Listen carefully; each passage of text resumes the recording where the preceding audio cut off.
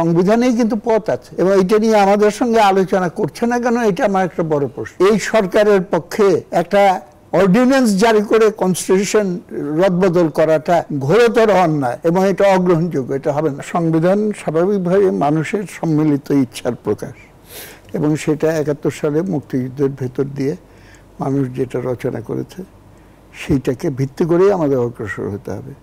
তবে সেটা কাটাছেঁড়া করার পর এখন এই যেই অবস্থায় এসেছে, সেটা একটা কতগুলো খুব গভীর সংস্কার ছাড়া আপনি কিন্তু সেটার ভেতরে মুক্তিযুদ্ধের যে স্বপ্ন, মানুষ যেটা স্বপ্ন দেখে জীবন দিয়েছিল, সেটাকে প্রতিষ্ঠা করা যাবে না, এবং এই দায়িত্বটা জনগণকে করতে হবে।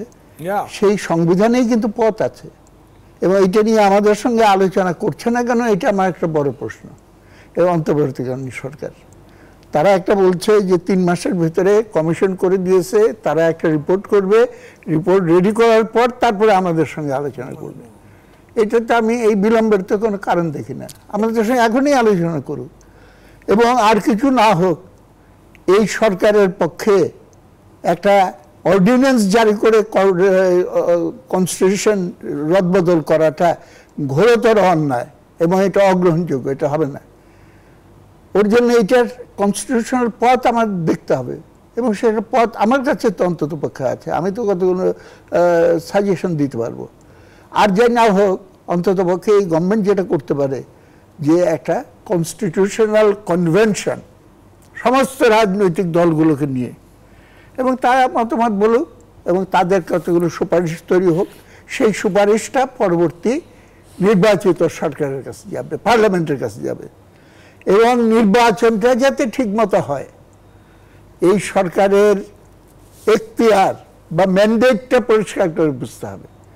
একটা গণ অভ্যুত্থানের পটভূমিতে এইটার উপরে দায়িত্ব এসেছে, একটা অনির্বাচিত স্বৈরতান্ত্রিক ফ্যাসিস্ট শাসনের হাত থেকে দেশকে মুক্ত করে একটা নির্বাচিত জবাবদিহিমূলক সরকারের কাছে ক্ষমতা হস্তান্তর করা, এইটাই হলো তার ব্রডলি বললে তার। এবং সেটা করতে হলে পরে ফ্রি ফেয়ার ইলেকশন করতে হলে গণতান্ত্রিক পরিবেশ থাকা দরকার, নির্বাচনী ব্যবস্থাটাকে ঢেলে সাজানো দরকার, এই জায়গাগুলো গুরুত্বপূর্ণ। সেই সব জায়গায় মানে সংস্কার দরকার, তাই বলছেন, সংবিধানে হাত না দিয়ে।